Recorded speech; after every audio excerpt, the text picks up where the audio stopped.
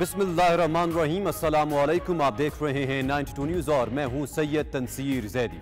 नाज़रीन, दुनिया के सबसे बड़े 360 डिग्री वर्चुअल न्यूज़ स्टूडियोज़ में आपको खुशामदीद कहते हैं।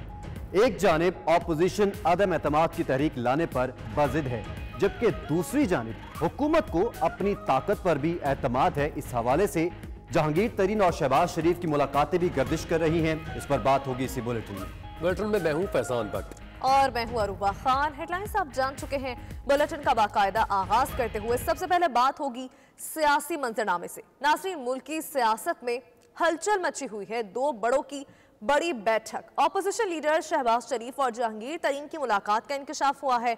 जराये के मुताबिक मुलाकात में सियासी सूरत हाल पर तबादला ख्याल किया गया। सियासी रवाबत बहाल रखने पर भी इतफाक किया गया। मुलाकात में अदम एतमाद तहरीक पर जहांगीर तरीन ने कोई वाज़ेह जवाब नहीं दिया। अपडेट करें आपको अहम मुलाकात के हवाले से। दो बड़ों की बड़ी बैठक हुई है। इस मुलाकात में मजीद किन अमूर पर बातचीत हुई, जानते हैं राना तारिक से। राना तारिक, बताइएगा, जहांगीर तरीन ने कोई वाज़ेह जवाब नहीं दिया अदम एतमाद का? जी बिल्कुल, जूं जूं तहरीक अदम एतमाद के हवाले से बातें जो हैं वो चल रही हैं, मुलाकातों का सिलसिला चल रही है। इस वक्त जो अहम तरीन डेवलपमेंट है वो जहांगीर तरीन और साबिक वज़ीर आला पंजाब मियां शहबाज शरीफ के दरमियान खुफिया मुलाकात है। ये इंकशाफ में हुआ है और उस मुलाकात में मजमूई तौर पर सियासी सूरत हाल पर तबादला ख्याल किया गया। दोनों रहनुमाओं का सियासी रवाबत जो है वो बहाल रखने पर भी इतफाक हुआ है। तरीन का इस हवाले से जब जहांगीर तरीन से पूछा गया इस मुलाकात के हवाले से, उन्होंने इस मुलाकात की ना तस्दीक की ना तरदीद की। इस तमाम जिम्मेदार नून लीग के जिम्मेदार जराये ने हमें बताया है कि ये दोनों रहनुमाओं के दरमियान 1.5 घंटा मुलाकात हुई है। मुलाकात में जो है वो तहरीक अदम एतमाद के हवाले से हमायत से मुतल्लिक है कि शहबाज शरीफ ने उनसे हमायत मांगी है कि जो आपकी हम ख्याल ग्रुप है, जो आपसे ताल्लुक रखते हैं अरकान कौमी असम्बली, उनकी हमायत दरकार है। जिस पर जहांगीर तरीन ने उन्हें शहबाज शरीफ को इस हवाले से ना कोई वाज़ेह जवाब नहीं दिया। उनका ये कहना था कि अदम एतमाद में दीगर सियासी फैसले जो है वो अपने ग्रुप की मशावरत से करूँगा। शहबाज शरीफ ने तरीन से जो है अदम एतमाद के लिए बाज़ाब्ता तौर पर हमायत भी मांगी है, लेकिन उनका यही कहना था कि मैं अपने ग्रुप के अरकान से इस हवाले से मशावरत करूँगा, मशावरत के बाद आपको कोई जवाब दे सकूँगा। जी राना तारिक साहब, ये बताएगा, शहबाज शरीफ की जानिब से उनसे ताउन तो मांगा गया है। जहांगीर तरीन की जो ग्रुप की बात की जाए तो उसमें कितने MNAs और MPs शामिल हैं, अगर अदम एतमाद पंजाब में या विफाक में लाने का सोचा जा रहा है तो? जी बिल्कुल, उनके ग्रुप के जो आज तक कभी कौमी असम्बली के इजलास में उनके ग्रुप की तरफ से ये वाज़ेह तौर पर नहीं कहा गया। हमने जितने इजलास आज तक 3.5 साल में अटेंड किए हैं कौमी असम्बली के, मैं जहांगीर तरीन ग्रुप से ताल्लुक रखता हूँ या फलां रुकन जहांगीर तरीन ग्रुप से ताल्लुक रखता है, लेकिन उनके हम ख्याल ग्रुप के अरकान की तादाद जो है वो कौमी असम्बली में 15 और 10 और 15 के दरमियान अरकान जो है वो कौमी असम्बली में है, जबकि 20 से 25 अरकान की तादाद जो है वो पंजाब असम्बली में है, जो उनके हम ख्याल ग्रुप हैं उनसे ताल्लुक रखते हैं और उन्हीं की वजह से वो तहरीक इंसाफ में शामिल हुए थे। लेकिन आज तक कौमी असम्बली में किसी रुकन ने ये वाज़ेह तौर पर नहीं कहा कि हम जहांगीर तरीन से ताल्लुक रखते हैं या जहांगीर तरीन का कोई ग्रुप नामी ग्रुप जो है वो सामने आया है कौमी असम्बली में। लेकिन हमें हमारे ज़राए ने कन्फर्म किया है कि 10 से 15 के करीब अरकान ऐसे हैं कौमी असम्बली के अंदर जो जहांगीर तरीन 10 से 15 ऐसे अरकान हैं जो कि जहांगीर तरीन ग्रुप में शामिल है, जिसकी मुआवनत के लिए शहबाज शरीफ ने उनसे मुलाकात की है। अहवाल बता रहे थे राना तारिक, बहुत शुक्रिया। और तहरीक इंसाफ में इख्तलाफात शिद्दत अख्तियार करते जा रहे हैं। वज़ीर आज़म लाहौर आए तो डेरा गज़ खान डिवीज़न के 7 अरकान ने बुलाने के बावजूद उनसे मुलाकात नहीं की। ये 7 नाराज अरकान कौन हैं? 92 न्यूज़ ने खोज लगा दिया। क्या ऑपोजिशन के दावे सच साबित होने लगे? क्या वाकई हुकूमती अरकान असम्बली अपनी हुकूमत से नाराज और ऑपोजिशन से राबते में हैं? अनकरीब इंशाल्लाह आप देख लेंगे, लेकिन हमारे कम 30-35 बंदे उनके हमारे राबते में हैं। हुकूमत से नाराज और अपोजिशन से राबिते रखने वाले कुछ अरकान तक 92 न्यूज पहुंच गया। डेरा डिवीजन के 7 अरकान असम्बली हुकूमत से नाराज और अपोजिशन की उम्मीदों के मरकज हैं। इनमें 5 कौमी असम्बली और 2 सूबाई असम्बली के अरकान शामिल हैं। नाराज अरकान 2 रोज कबल लाहौर में वजीर आजम से होने वाली अरकान असम्बली की मुलाकात से भी गायब रहे। इन अरकान में राजनपुर से बाप बेटा भी शामिल है। वजीर आजम से मुलाकात न करने वाले अरकान कौमी असम्बली में ख्वाजा शरास महमूद, सैयद बासित सुल्तान बुखारी, सरदार नसरुल्लाह दरेशक, सरदार जाफर खान लगारी के नाम शामिल हैं। सरदार नसरुल्लाह दरेशक के बेटे सरदार हसनैन दरेशक समेत 2 रुकने सूबाई असम्बली भी मुलाकात से गायब रहे। जराये के मुताबिक मुलाकात से गायब रहने वाले अरकान असम्बली की जहांगीर तरीन ग्रुप और मुस्लिम लीग नून से राबिते हैं। जराये के मुताबिक ख्वाजा शरास महमूद और सैयद बासित सुल्तान बुखारी हाल ही में जहांगीर तरीन से मुलाकात भी कर चुके हैं।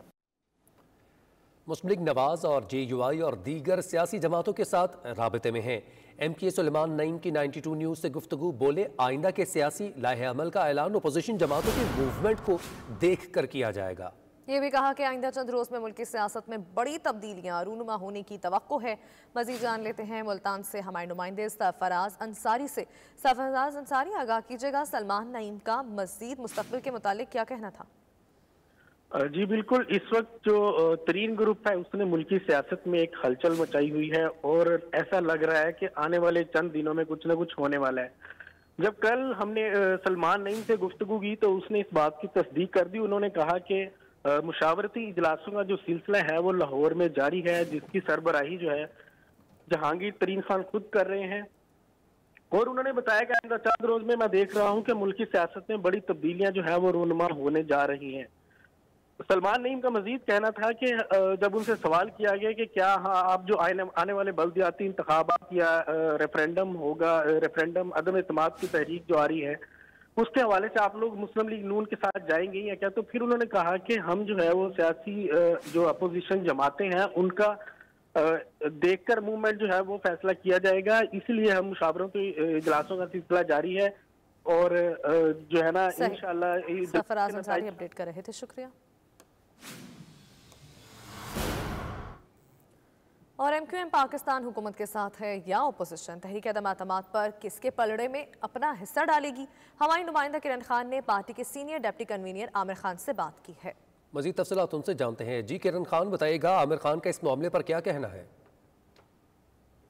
जी बिल्कुल, इस वक्त हम MQM पाकिस्तान के senior deputy convener Aamir Khan के साथ मौजूद हैं और कुछ सियासी गुफ्तगू इनसे करेंगे। सबसे पहले खान साहब मुझे ये बताइएगा कि आप लोग ने जो अपोजिशन जमातों से मुलाकात की है, इमरान खान जिस तरह बात कर रहे थे उन जमातों के हवाले से, आप उन्हीं से जाके मिल रहे हैं, तो क्या हुकूमत से कोई खफगी है? वहाँ से आप लोग के मुतालबात पूरे नहीं हो रहे? क्या वजह क्या थी उनसे मुलाकातें करने की? देखें, सियासत में हर पार्टी का अपनी सोच, एक नज़रिया होता है। हम ये समझते हैं कि हमें तमाम सियासी रहनुमाओं के साथ मिलने में कोई कबाहत नहीं होनी चाहिए। हमें एक दूसरे से मुलाकातें करनी चाहिए, चाहे अपोजिशन में कोई पार्टी हो चाहे हुकूमत में पार्टी हो। PTI का अपना तर्ज सियासत है, MQM का अपना तर्ज सियासत है। हम PTI की पॉलिसीज़ के पाबंद नहीं हैं, MQM की अपनी पॉलिसी है। हम जिससे चाहेंगे मिलेंगे, जिससे नहीं चाहेंगे नहीं मिलेंगे। इमरान खान साहब जो भी जिस पार्टी के बारे में सोच रखते हों, कहते हों, मेरी राय ये है कि हमें सियासत के अंदर इतनी रवादारी ज़रूर रखें कि कभी फ्यूचर में किसी के साथ बैठें तो एक दूसरे की शक्ल जो है ना वो बड़े सुकून से देख सकें और बात कर सकें।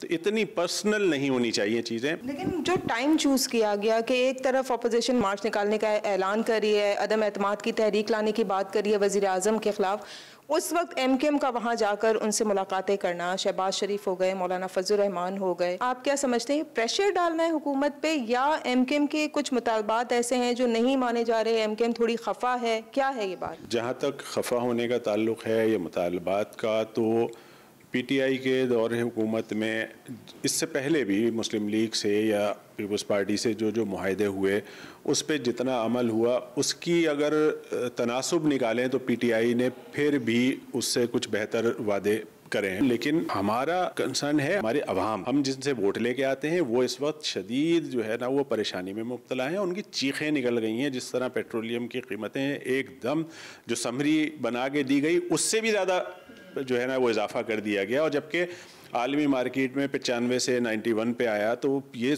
इतना इजाफा ये आवाम के अब बर्दाश्त से बाहर हो गया है।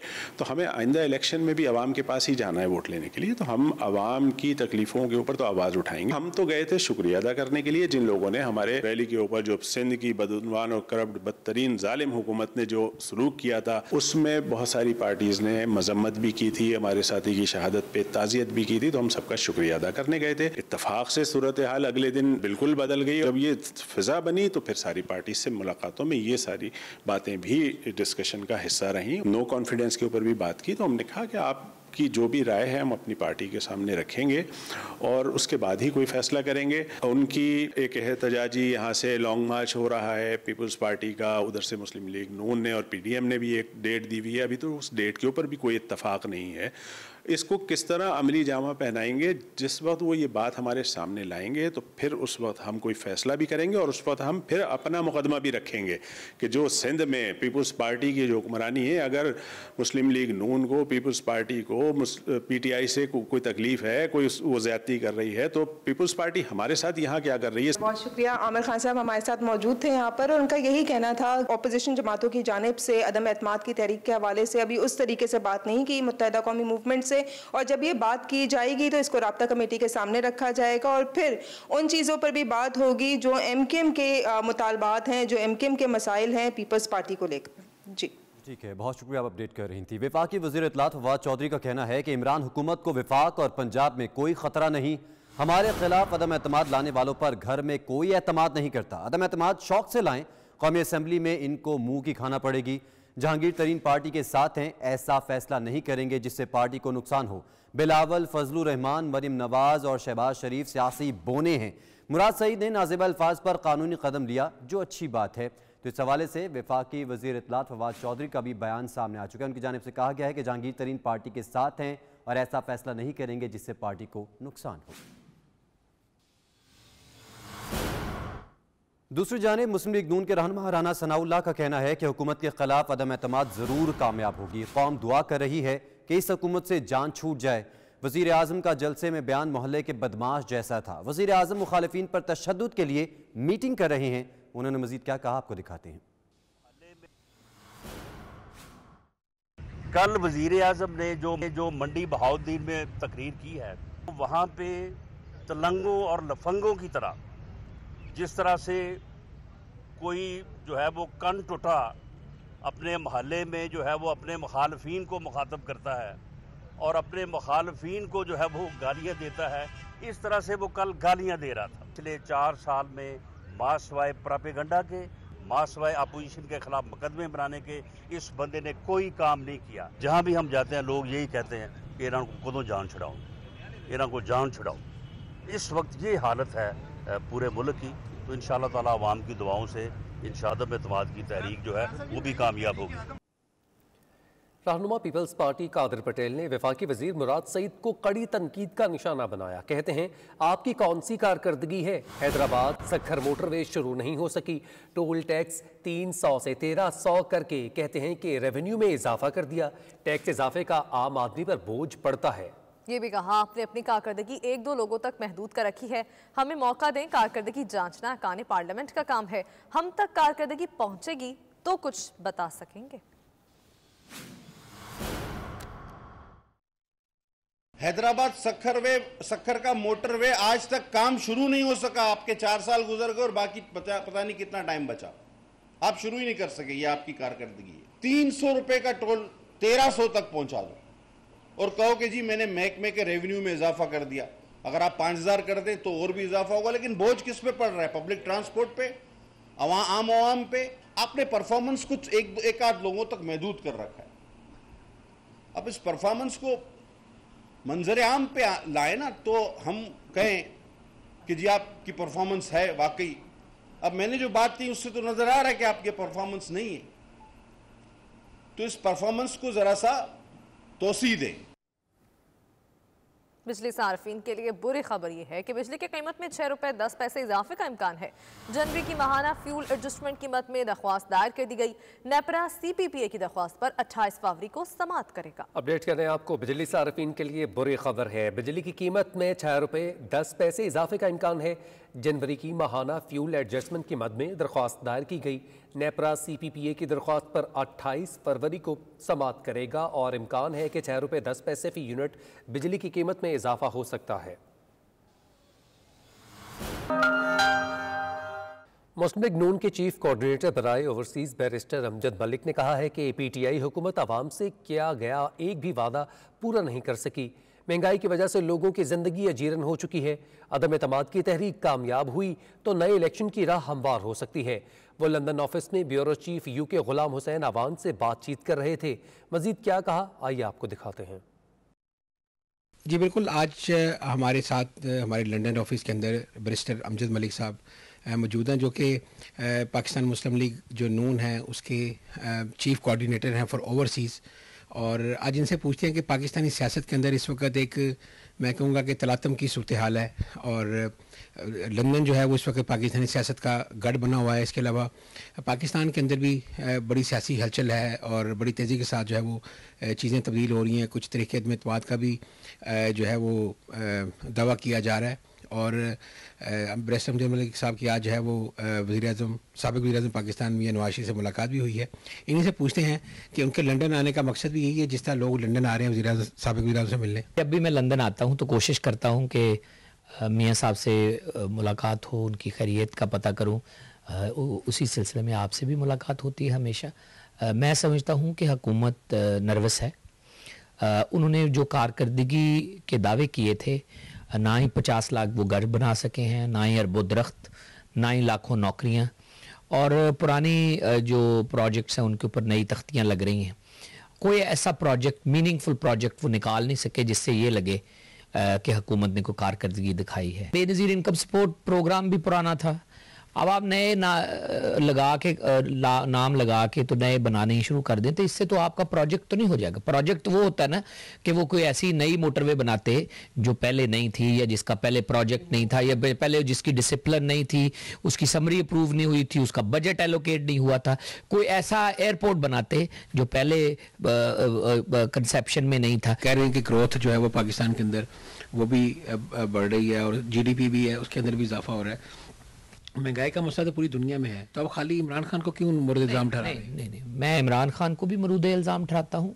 मैं उनको लाने वाले जो हैं उनको भी मरूद इल्ज़ाम ठहराता हूँ। वो कौन है जिन लोगों ने डब्बे उठाए हैं? वो कौन है, हमें तो बताएं ना। वो आपको बेहतर पता है। आप तो जाहिर है संजीदा और लोगों के लिए सीनियर आप जर्नलिस्ट हैं।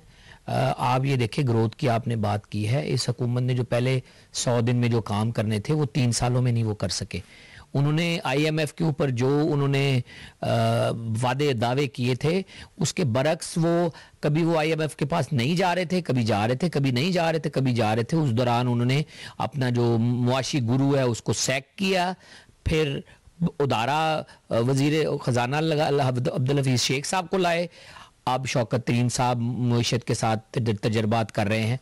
ये कोई मिसाली टीम की, ना तो इमरान खान साहब की सरकार के पास कोई तजर्बा है हुकूमत का, ना उनके पास कोई टीम है, ना विजन है, और ना ही उनकी कोई कारकर्दगी इस तरह की है। अब तो वो जर्नलिस्टों को भी पकड़ दगड़ शुरू उन्होंने कर दी है।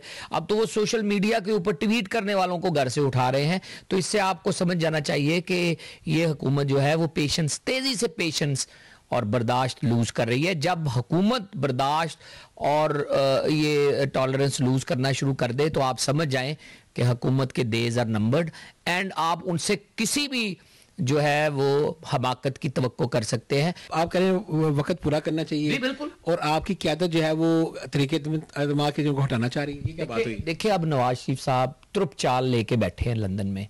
पूरी दुनिया अब उनसे तकाजा कर रही है कि आप अपना रोल प्ले करें और इनको फारिग करें। अब मुल्क का, अब रियासत का नुकसान हो रहा है। ये आदमी डुबो देगा मुल्क को। अब मियाँ साहब मखमसे में हैं कि इनको फारिग करें या इनको इस तरह चलने दें और देखने दें और इसका मंतकी अंजाम तक पहुंच जाए। ये भी पहुंच जाए मंतकी अंजाम तक और जो इनको लाए हैं वो भी पहुंच जाए। लेकिन उसमें कैच 22 ये है, जो सीरियस हल्के हैं वो ये कहते हैं कि मियाँ साहब आप इनको मंतकी अंजाम तक पहुंचाने के चक्कर में मुल्क की वाट ना लगवा दीजिएगा। अब ये वो चीज़ है जिसमें नेशनल सिक्योरिटी का तकाजा है कि आप ये भी मद्देनजर रखें कि हम हालात को उस नहज पे ना ले जाएं कि कोई इसहाकडार साहब जो है वो मईशत को कंट्रोल ना कर सके। तो ये वो चीज़ है जो उनको एज अ लीडर देखनी पड़ेगी। तरीके अदम इत्मीनान जब आएगी, आइडियली तो इनको छोड़ के चला जाना चाहिए। इनसे चल ही नहीं रही हुकूमत, जब जिनसे चल नहीं रही हुकूमत उनको वो खुद छोड़ के जाएं, वो लात मारें या उनको पकड़ के निकाला जाए। आपको पता ही है जब निकलने का वक्त आएगा तो कानो कान खबर नहीं होगी। तो मेरे ख्याल में इनके नंबर हैं डेज एंड चल चलाव का वक्त है। लंदन के नवाही इलाके थर्क काउंसिल से पहले मुसलमान और पाकिस्तानी काउंसलर्स ने लेबर पार्टी से इस्तीफे देकर कंजर्वेटिव पार्टी में शामिल हो चुके हैं। सियासी और समाजी हलकों में सनसनी फैला दी है। काउंसलर कैसर अब्बास का इस मौके पर कहना था कि मकामी लेबर पार्टी में अकरबा परवरी, इस्लामोफोबिया और इम्तियाजी सलूक की वजह से इस्तीफ़ा दे रहे हैं। मैंने अपने हल्के के लोगों और दीगर कम्युनिटीज़ के हकूक़ के तहफ़्फ़ुज़ की खातिर कंजर्वेटिव पार्टी ज्वाइन कर ली है। इस मौके पर council leader councillor Rob Gledhill का कहना था कि कैसर अब्बास एक जानी पहचानी शख्सियत और बेहतरीन काम करने वाला काउंसलर है। मुझे पता है कि वो अपनी मौजूदा सीट ज़रूर जीतेगा और अपने लोगों की खिदमत जारी रखेगा। काउंसलर कैसर अब्बास को कंजर्वेटिव पार्टी की जानिब से परफ्लेट ऑन थीम्स वेस्ट थर्क और साउथ स्टीफर्ड हल्के का टिकट जारी कर दिया गया है और वो मई 2022 के मुकामी इंतखाबात में हिस्सा भी ले रहे हैं। मुत्तहिदा अरब अमारात से POC ग्लोबल का वफ्द director of Pakistan overseas global की सरबराही में सऊदी अरब पहुंचा, जहां उन्होंने पाकिस्तानी कम्युनिटी समेत सिफारती हुकाम से मुलाकातें की हैं। तफसीलात के मुताबिक आतिफ मजीद की सरबराही में वफ्द ने deputy consul general Jeddah Shaikh Ahmed Bhutto से मुलाकात की और कम्युनिटी के मसाइल पर तबादला ख्याल किया। ओवरसीज़ पाकिस्तानियों की नुमाइंदा जमात पाकिस्तान ओवरसीज़ ग्लोबल कम्युनिटी के मसाइल के हल के लिए पेश है। गुज़िश्ता दिनों तंजीमी वफ्द director of Pakistan overseas global की क़यादत में सऊदी अरब पहुंचा। दौरे के दौरान वफ्द में सऊदी अरब में मुकीम पाकिस्तानी कम्युनिटी को तंजीमी ढांचे के हवाले से आगाह किया गया और तंजीम के अगराज़ व मकासद पर ब्रीफिंग दी गई। डिप्टी काउंसलर शाइक अहमद भुट्टो ने POC ग्लोबल के इक़दामात को सराहा और सऊदी अरब में मुकीम पाकिस्तानियों को दरपेश मसाइल के हल की यकीन दहानी करवाई। ऑस्ट्रेलिया के वज़ीर-ए-आज़म ने अफगानिस्तान में इंसानी इमदाद फराहम करने पर पाकिस्तान का खुसूसी शुक्रिया अदा किया है। ऑस्ट्रेलियन वज़ीर-ए-आज़म ने सोशल मीडिया पर ट्वीट किया कि पाकिस्तान के वज़ीर-ए-आज़म इमरान खान के साथ अपने टेलीफोन पर गुफ्तगू को शेयर किया। उन्होंने अपने ट्वीट में लिखा कि हम अफगानिस्तान की सूरत हाल और ख़ास तौर पर अफगानिस्तान पर इंसानी इमदाद फराहम करने पर हुकूमत पाकिस्तान का शुक्रिया अदा करते हैं। वज़ीर-ए-आज़म से टेलीफोनिक गुफ्तगू में अफगानिस्तान को मुस्तहकम करने की ज़रूरत पर तबादला ख्याल किया। दोनों ममालिक के दो तरफ़ा ताल्लुकात का भी जायज़ा लिया गया और इक़्तिसादी ताउन पर तबादला ख्याल किया। इस मौका पर दोनों हुक्मरानों ने एक दूसरे के साथ मज़ीद ताउन की यकीन दहानी करवाई। इमरान खान ने ऑस्ट्रेलियन वज़ीर-ए-आज़म को दौरे पाकिस्तान की दावत दी, जिस पर ऑस्ट्रेलियन वज़ीर-ए-आज़म ने वज़ीर-ए-आज़म इमरान खान का शुक्रिया अदा किया। बुलेटिन से फिल वक्त इतना ही। बाखबर रहिए, देखते रहिए 92 न्यूज़ UK।